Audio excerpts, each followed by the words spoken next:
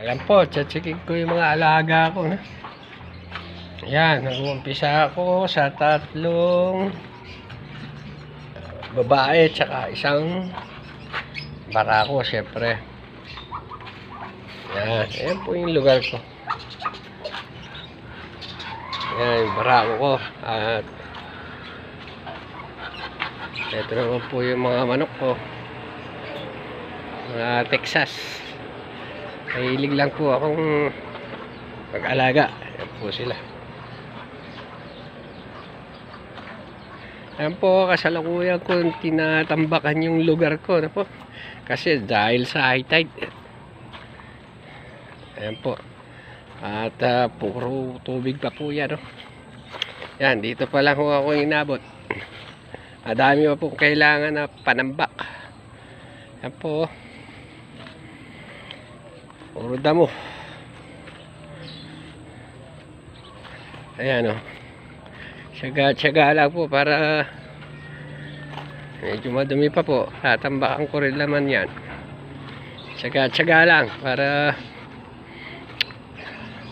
may natatapos kahit pa unti-unti. High tide po kasi. Laging high tide eh. Kaya kailangan mong tambakan para may magamit mo naman yung lugar. Ayan po. Meron na pong isa dito nangingitlog. Siguro makapagparami ako dito.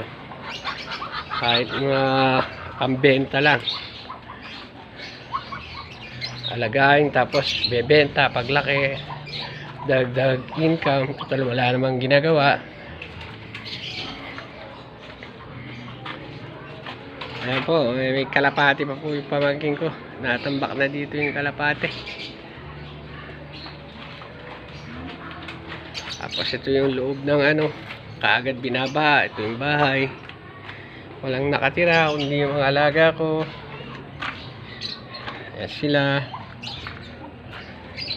Ewan ko, nakakalabing isang itlog pa lang itong isang inahin ko na bibe. Sana madagdagan pa para sulit naman pag isa. Okay, siguro hanggang dito i-update ko na lang kayo sa mga susunod na araw kung ano na yung nangyari sa farm ko. Opo. Yan, subscribe lang po, like po, tapos notification bell, pakipindot po yung all para matulungan nyo yung channel ko. Para kahit paano may nasishare ako sa inyo.